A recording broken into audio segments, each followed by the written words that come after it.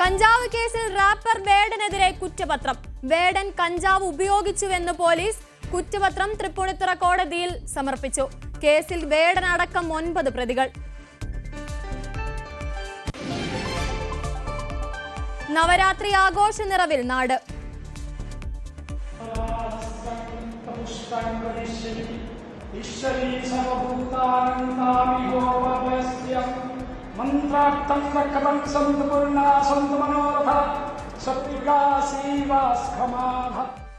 കൊല്ലൂർ മൂകാംബികയിൽ തീർത്ഥാടക പ്രവാഹം.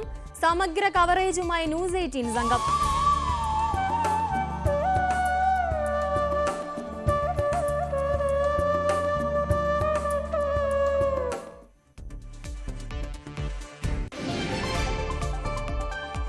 മമ്മൂട്ടി തിരികെ വരുന്നു. പാട്രിയറ്റിന്റെ ഷൂട്ടിങ്ങിനായി ഹൈദരാബാദിൽ.